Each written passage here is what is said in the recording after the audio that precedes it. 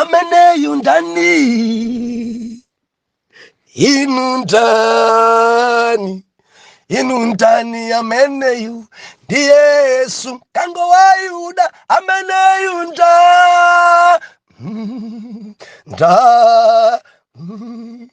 ndani, ameneyu ndi Yesu mfumu ya Yuda, ameneyu ndani, inu ndani, inu ndani, ameneyu ndi Yesu.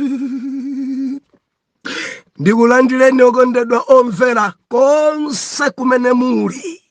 Heneleke ichale mtumiki wanu believer lero pa 5 January 2024 loleni kuti timalizitse, tikwangule, tiombe nkora pa topiki ija chatsopano. Lero believer nimafuna ndimalize pa sabutopiki kubadwa mwatsopano. Kubadwa mwatsopano. Tiwerenge mawu a Mulungu. Tichita msanga kwambiri kuwerenga mawu a Mulungu paja tikuomba nkora. Tikuomba nkora, tikukwangula, tikumalizitsa. Yohane chapter number 3 verse number 1. Ndiwerenga mabuku angapo lero. Mulungu andisenzesa katundu ochuluka kwambiri pakumalizitsapa. Mawu otsogolera kuti Yesu aphunzitsa Nikodemo zakubadwa kwatsopano. Verse number 1. Koma panali munthu wa Afarisi, dzina lake ndiye Nikodemo, mkulu wa Ayuda. Iyeyu anadza kwa Yesu usiku, nati kwa iye, Labi, ndidziwa kuti inu ndinu mphunzitsi wochokera kwa Mulungu, pakuti palibe munthu akhoza kuchita zizindikiro zimene inu muzichita ngati Mulungu sakhala naye. Yesu anayankha nati kwa iye, Indetu, indetu, ndinena ndi iwe, ngati munthu sabadwa mwatsopano sakhoza kuona ufumu wa Mulungu.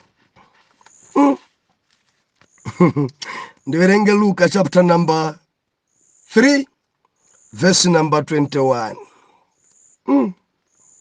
Yesu abatizidwa. Kudamveka mawu anji. Ndipo patali pamene anthu onse anabatizidwa, ndipo Yesu anabatizidwa, nali nkupemphera kuti panatseguka pathambo. Ndipo Mzimu Woyera anatsika ndi maonekedwe a thupi lake ngati nkhunda, nadza pa iye, ndipo munatuluka mawu m'thambo kuti, iwe ndiwe mwana wanga wokondedwa, mwa iwe ndikondwera. Limalizitse ndi machitidwe a atumwi chapter number 2 verse number 37. Utembenuka mtima woyamba ndikukamba zakubadwa mwatsopano lerolo. Koma pamene adamva ichi, adalaswa mtima, natitu kwa Petulo ndi atumwi enawo, tidzachita chiyani amuna inu abale?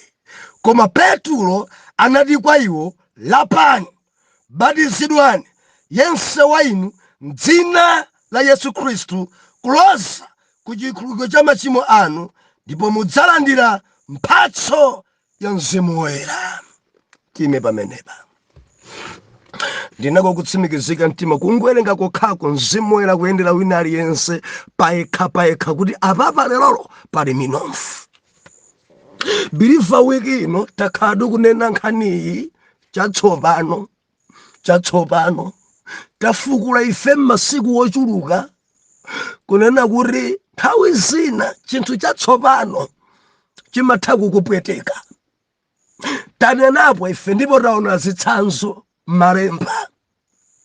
Chatsopano timanena kuti nthawi zina chimakhoza kukubweresera zisungu. Akodi ini masopo atsopano azimayi ena nkhope yonse ili bibi zipsera adadzola zatsopano endi dzidawawononga. Nderi manena ife samalani zatsopano dzina dzimaononga. Tidamona ife Davide kuti adapasidwa zatsopano ni mfumu Sauli. Nefe timachenjezana muchaka chatsopanochi 2024 samalani kuti zatsopano zina akhoza kukupasani jabu. Inu nkumaona ngati mwauchinjizira moyo koma mukupeteka moyo wanu. Samalani ndi zatsopano.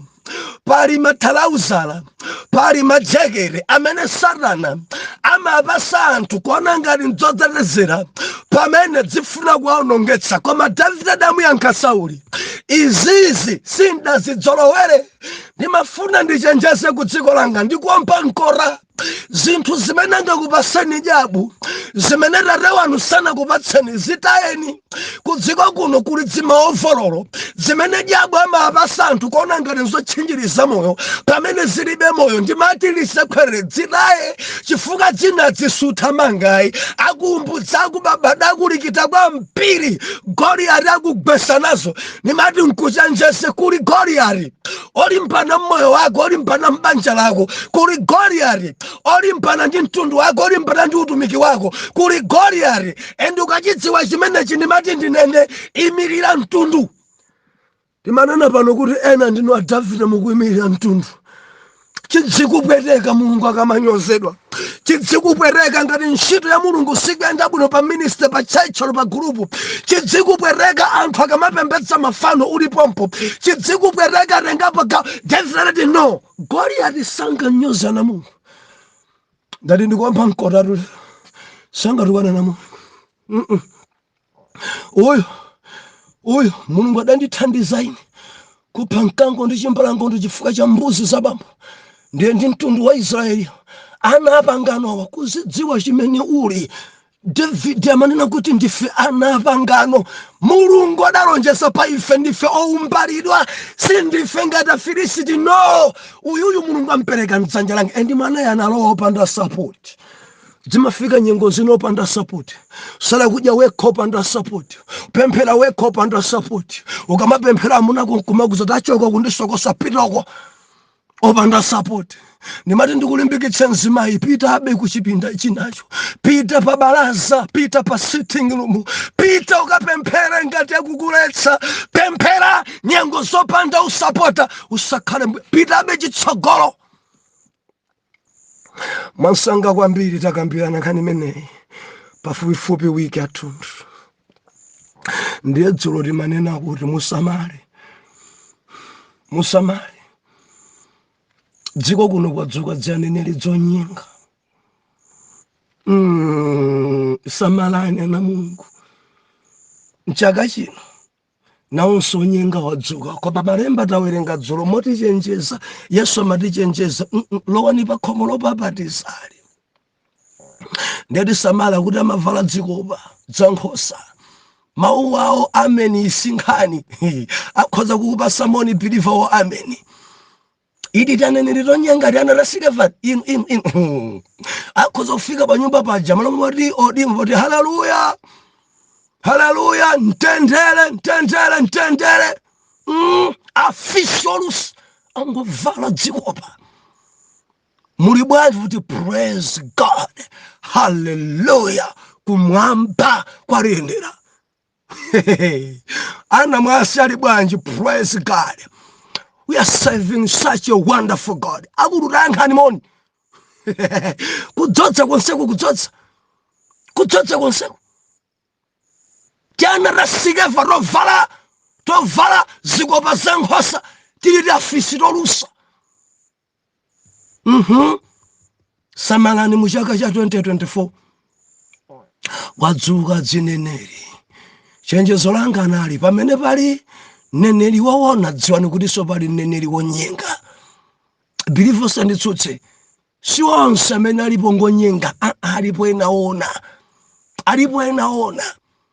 alipo enaona aneneri a mulungu amene mulungu atuma koma nasongo dzioneka somofanana. Chenjezo langa ndi chenjeza according ndi Bible. Tidzazindikira bwa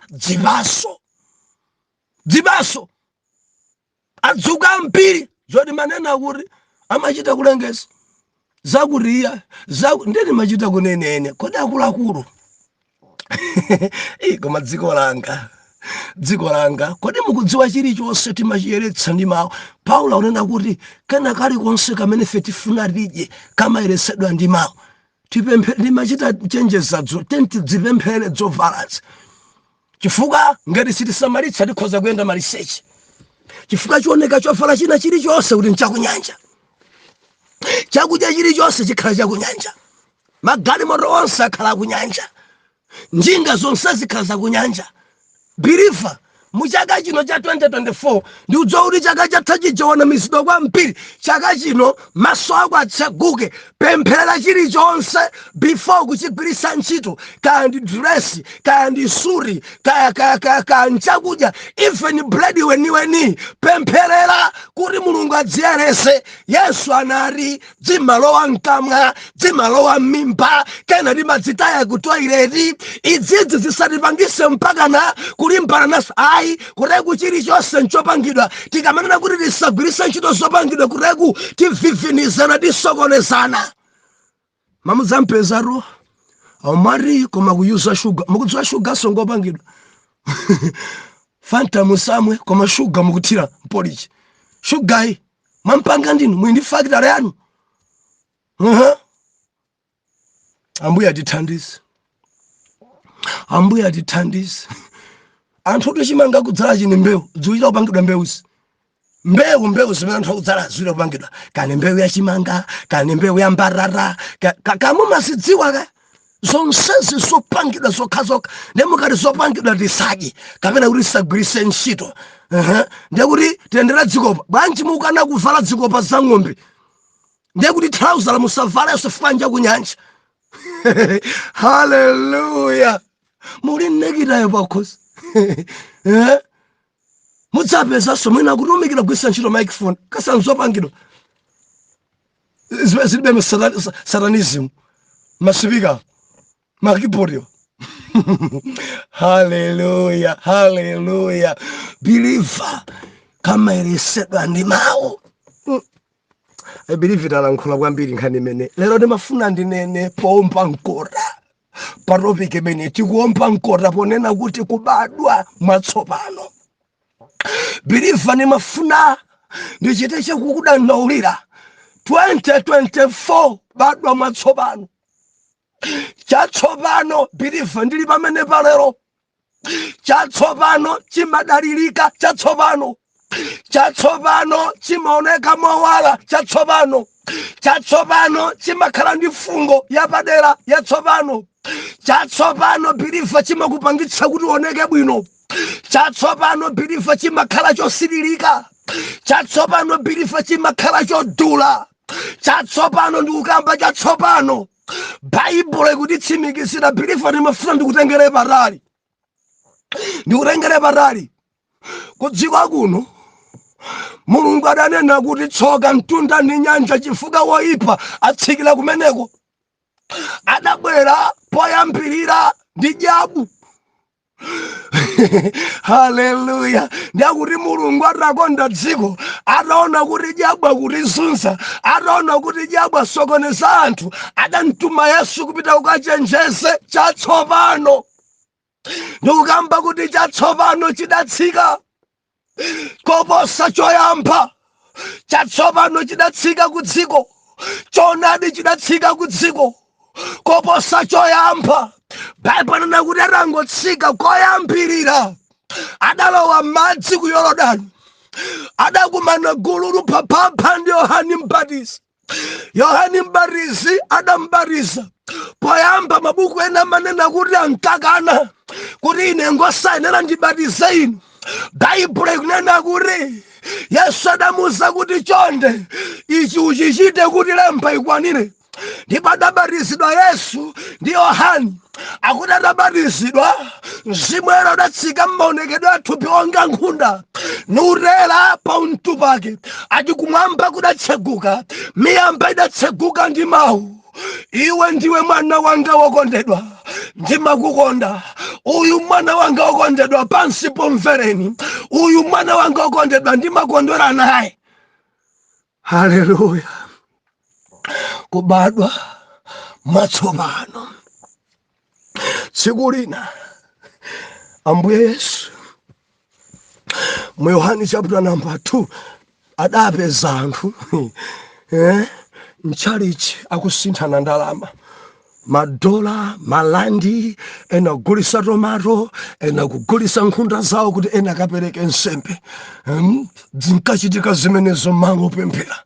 Ndiye Yesu atafika kuona zimenezi, akuti adapanga mpapulo wa zingwe. Adathamangisa. Kuthamangisa ndi kupapula choka, kugubuduza magome, kutaya zimagome, nanenekwa iwo sinthana ndalama, chosanizimu, turusanizimu. Nyumba ya Atate wanga mwaisandusa phanga chatsopano. Nyumba ya Atate wanga mukuchita nayo business. Chosanisi akuti adagubuduza kutaya zimatomato, adathamangisa mpaka na aliyense panja out. Believer padali chimpwirikiri, ena kuthawa mbaliyo, ena kuthawa mbaliyo. Yesu akugubuduza, Yesu akudzitaya, Yesu akudzipitikisa panja. Ndi akuti onseja adapita panja adathawa. Yesu adawuzana kuti nyumba iyi njarare, nyumba iyi njopemphereramo, nyumba isi nyumba malonda. Pitani mukagulise izi kunsika. Waye mausandusa chalichi, masandusa phanga yosinthana malandi ni madola. Chosanisi muno. Iyi ndi nyumba yopempherera. Imandisangalasa sente simene adawathamangisa dausa, magulisa zinthu malo akuika. Ino timangopempherapo sati kugulisana malonda. Ndiye Nikodemo adaona dzambiri. Ndiye madzulo atsiku limenelo, madzulo adabwera kwa Yesu.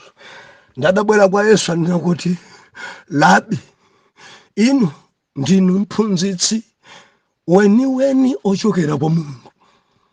Chifukwa munthu sangathe kuchita zimeneniyo mukuchita ngati Mulungu sakhala naye.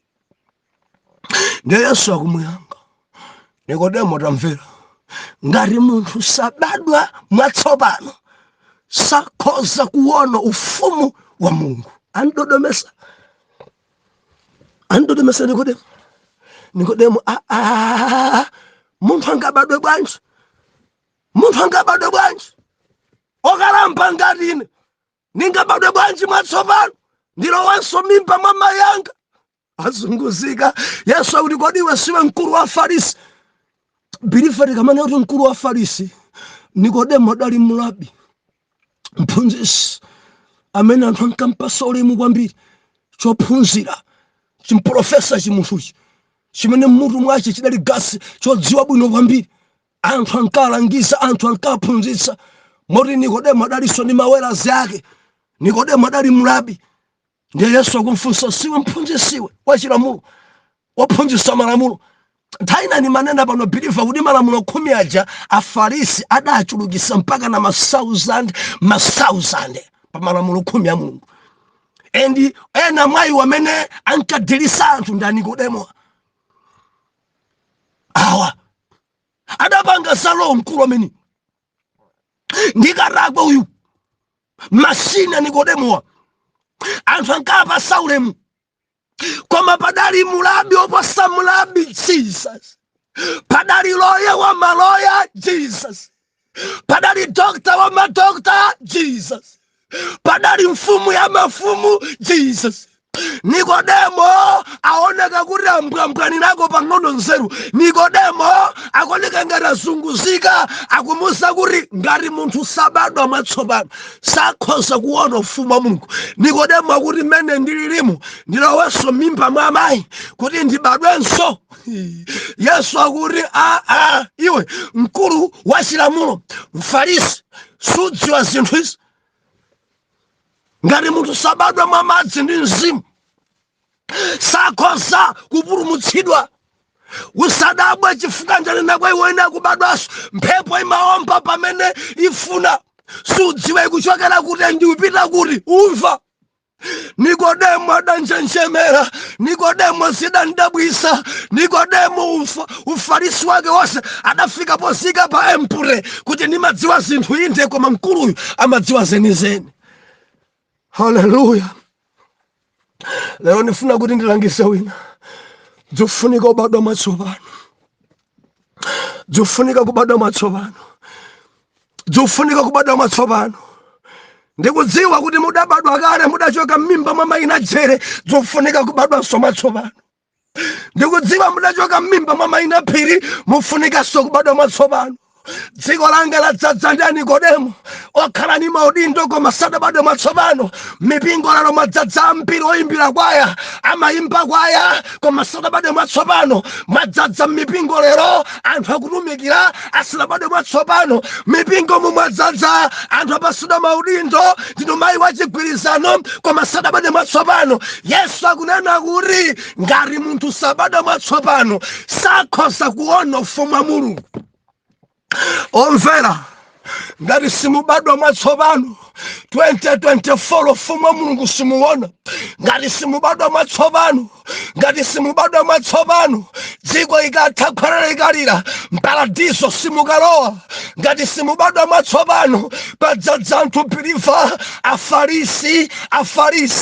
afarisi ongoyimbayimba machechi memba adzadza mchalichi koma sakubadwa mwatsopano, meaning amapita ku chalichi koma sadasinthe. Kuyimba kwaya kupanga zigololo. Nikodemo chonadi mulibe. Nikodemo sakudziwanso. Akuchita bezomweso, akuyenda be moyo wakale. Ndilize kwerere biliva badwani mwatsopano. Yesu akubwerapo mpano. Mamukana kuti maiye ndi makondwera naye. Ameneyi mumvere Yesu, amene akubwera mwatsopano. Yabwera poyamba tsoka mtunda ndi nyanja. Pobwera pa Yesu kudziko madaliso mtunda ndi nyanja, chifukwa mpulumusi watsikira kumeneko. Endi Yesu atabwera chikhulupiriro, chipulumuso, biliva chabwera chatsopano. Kale lija pankafunika mbuzi, magazi a mbuzi, mwazi wa nyama. Yesu atabwera mwazi wa nyama udapanga expire. Chatsopano wina ndi udabwa naye alikakakani mbuzi zake afuna aphe kutsogoloku kuti machimo acha chigolo akhululukidwe. Biliva ena mpaka na pano ndi afarisibe ndi Nikodemo sakudziwabe kuti magazi a mbuzi adapanga expire. Sakudziwa. Nimamvera chisoni awo apa mtunda. Mudzamveraso chisoni amene mukusala kudya muchaka chino ena matenga 40 days. Mwapempherere awo amene mpaka na panombe kugwiritsa ntchito magazi a nyama. Mwapempherere kuti chisomo chafikire, maso awo atseguke, azindikire choonadi kuti ngati munthu sabadwa mwatsopano ndi kukhulupirira Yesu, kulandira Yesu khala Mbuye ndi mpulumutsi wawo, sadzaona ufumu wa Mulungu. Biliva kupita kucheche siyankho. Endi kukhala pa group panonso siyankho. Mundimva kukhala pa udindo siyankho. Kuyida ndo chidindo cha ukulu siyankho. Kukhala wa intercessor siyankho. Endi kukhala wa kwaya siyankho.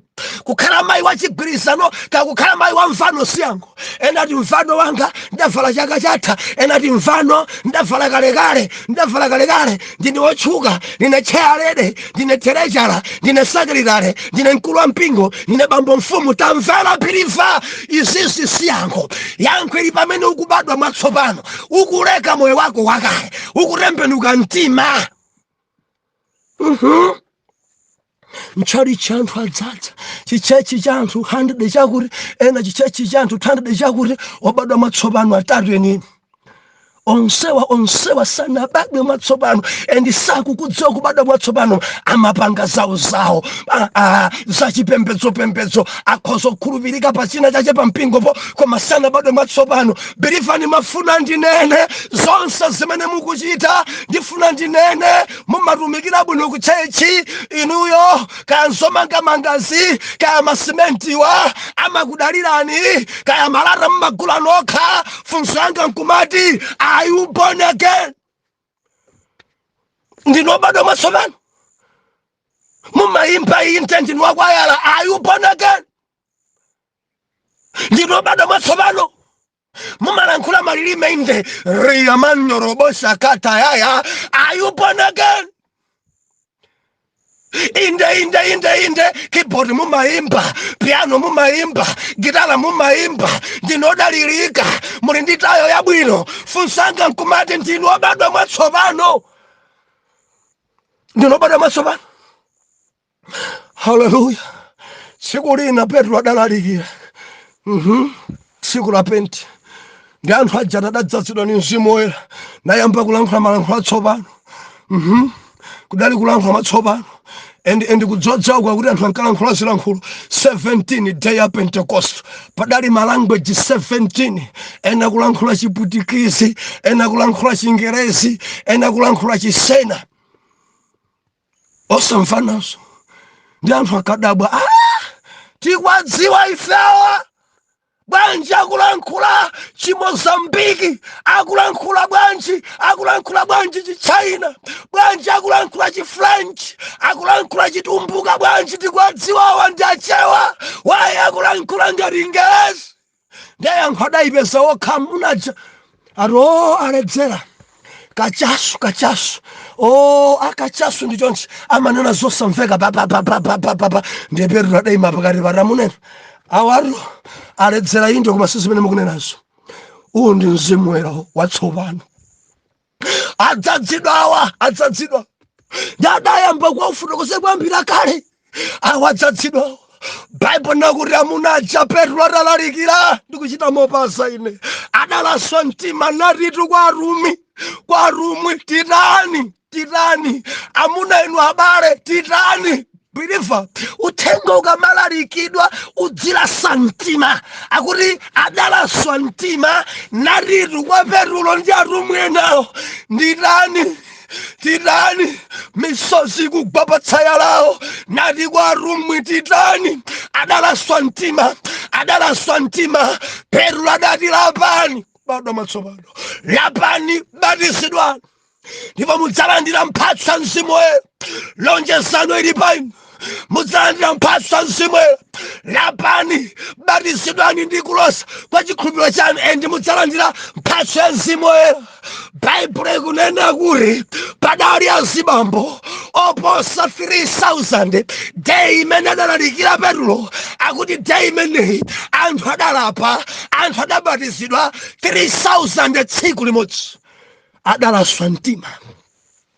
Modzi wa masiku ano uthenga ulalikidwa koma anthu sakulasidwa mtima. Nimafanana chibiriva, munthu amene alasidwa mtima amafa. Kufa mukamamva kuti munthu aomberedwa afa, alasidwa pa mtima. Mukamulasa mwendo, mukambaya mwendo, adzipitabe motsimphina, koma ukalasidwa mtima ndi pamene umagwa pomwepo kufa.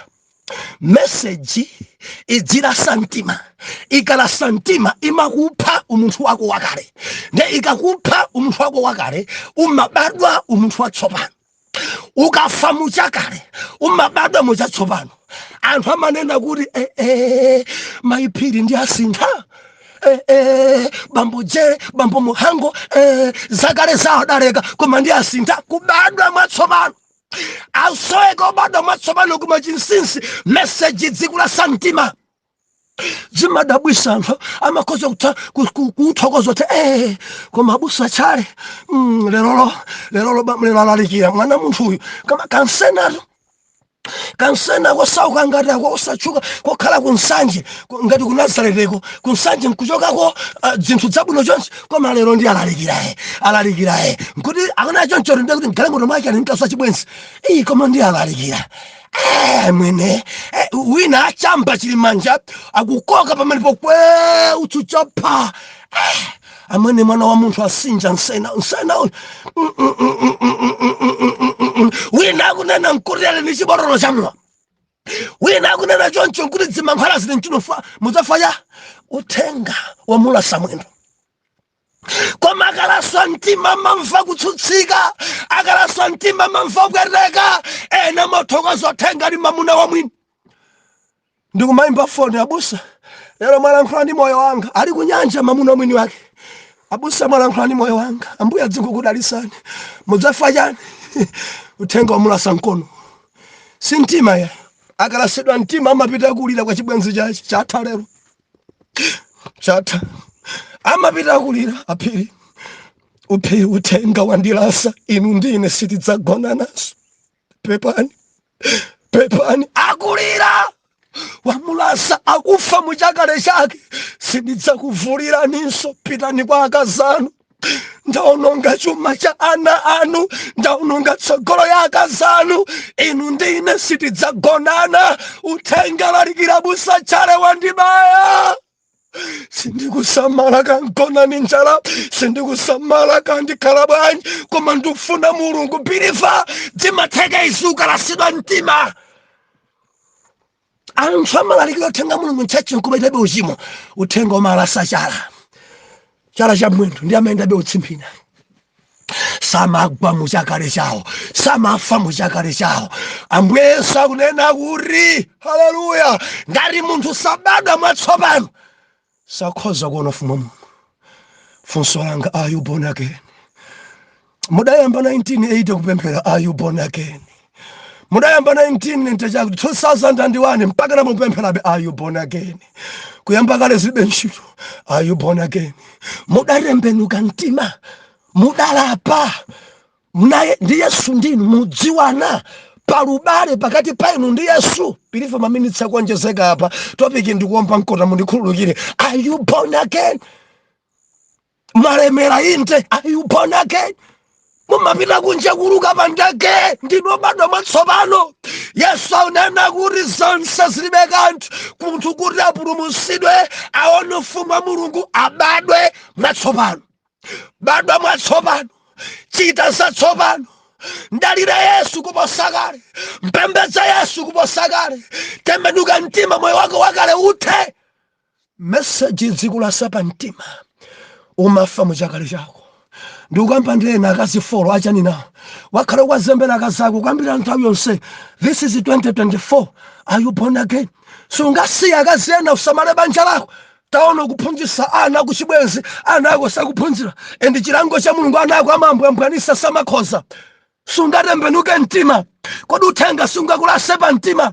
Udzazembera ndi amuna eni mpaka naliti? Kodi sungalape wone ufumu wa Mulungu udzakhalabe wachinyengo mpaka naliti? Kodi sungalape wone ufumu wa Mulungu udzakhalabe chachimemba mpaka naliti? Kodi sungalape wone ufumu wa Mulungu udzakhalabe wachigwirizano ongomanga katuku koyera koma mtima wako uli wakuda mpaka naliti? Kodi usungabadwe mwatsopano? Are you born again? Badwa ni mwatsopano. Mukabadwa mwatsopano, makhalidwe anu adzasintha, ende dziko lidzachitidwa mboni. Tisiyane pamenepa mpaka nalolemba pamene lidzapitirize buku lija la Genesis. Atate, mwana wanuyo akusweka kubadwa mwatsopano, ende message ya lero imbaye mtima. Achoke muzimene adazizolowera, achoke mu moyo wa uchimo. Message imbaye mtima, ansiye mamuna wa mwini, asiye akazi eni, zachinyengo azisiye, ambe kupembedza muzimu nchonade. Inda mavala kansalu koyera koma mtima wake ngwakuda, abadwe mwatsopano kuti auone ufumu wanu. M'dzina la Yesu ora mtima tankhe kuti amen and amen.